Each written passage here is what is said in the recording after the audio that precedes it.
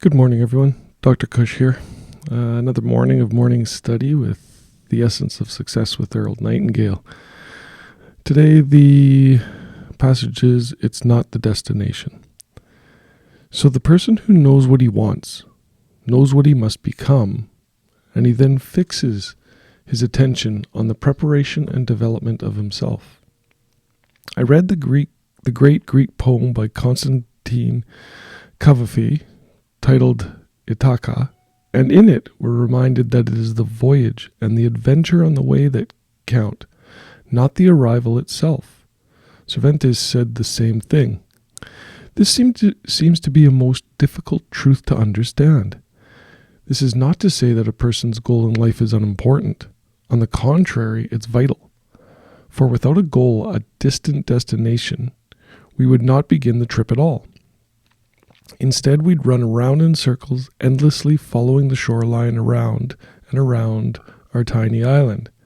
Every person needs a great and distant goal towards which to strive, but in traveling towards it, he should try to keep in mind that the fabled land he seeks has shores much like the one he left behind, that its purpose is not so much a resting place, but, rather, the reason for the trip. Where a person goes is not nearly as important as how he gets there. That a house is built is not all that important. It is the manner in which it is built that makes it great, average, or poor. That we live is not nearly as important as the manner in which we live. I think that it's misunderstanding this that often keeps people in a state of unhappiness and anxiety. They forget to enjoy the trip. They forget what they're really looking for, or what they should be looking for, the discovery of themselves. This is the island towards which everyone should journey. It's a difficult journey, beset like the travels of Ulysses, with many dangers and hardships, but it gives real meaning to life, and there are many rich rewards to be found along the way, all kinds of serendipitous benefits. It means asking the questions that are hard to answer. Where am I going? Why am I going there? What do I really want, and why do I want it? Am I gradually realizing my potential? Am I discovering my best talents and abilities and using them to their fullest? Am I living fully extended in my one chance at life on earth? Am I really living? Who am I? These are the questions everyone must ask himself and answer. As Emerson said, though we travel the world over to find the beautiful, we must carry it with us, or we find it not. Whatever you're looking for must first be found within you. Whether it be peace, happiness, riches, or great accomplishments, everything we do outwardly is only an expression of what we are inwardly. To ask for anything else is as absurd as looking for apples on an oak tree. So the person who knows what he wants, knows what he must become, and he then fixes his attention on the preparation and development of himself. As he grows towards the ideal he holds in his mind, he finds interest, zest, and joy on the journey. He looks forward to tomorrow, but he also enjoys today. For it is the tomorrow he looked forward to yesterday. He knows that if he cannot find meaning and value in his present, he will very likely be missing it in his future. Today is the future of 5 years ago.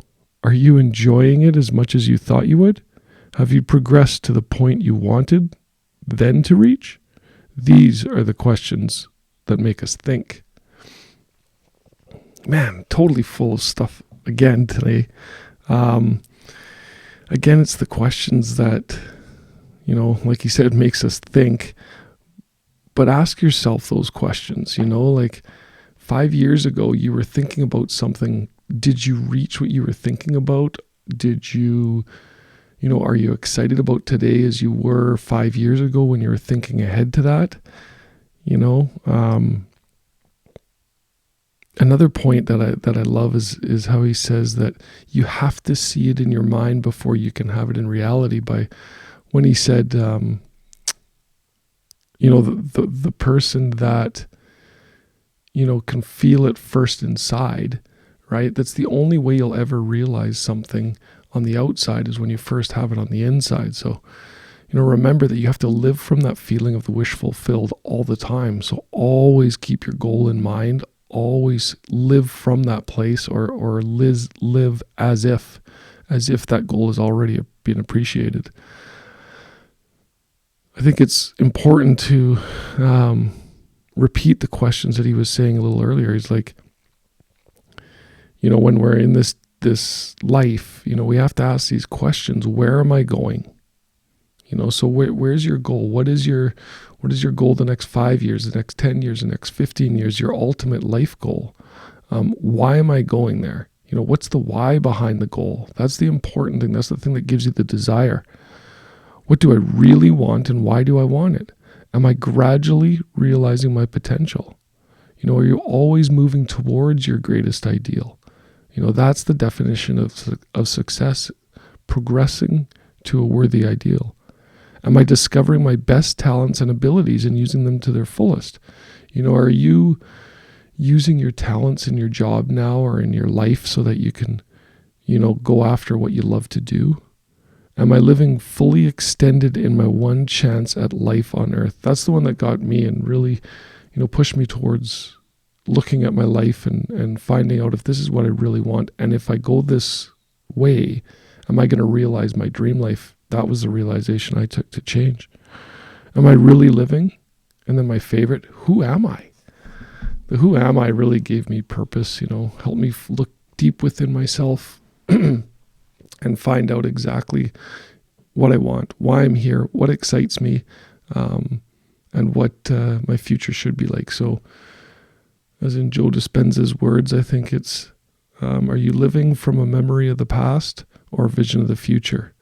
Choose to live by the vision of the future. It's a much more fun way to live. All right. Welcome to this Thursday. Hope you guys have an amazing day, and we'll see you tomorrow morning. Bye now.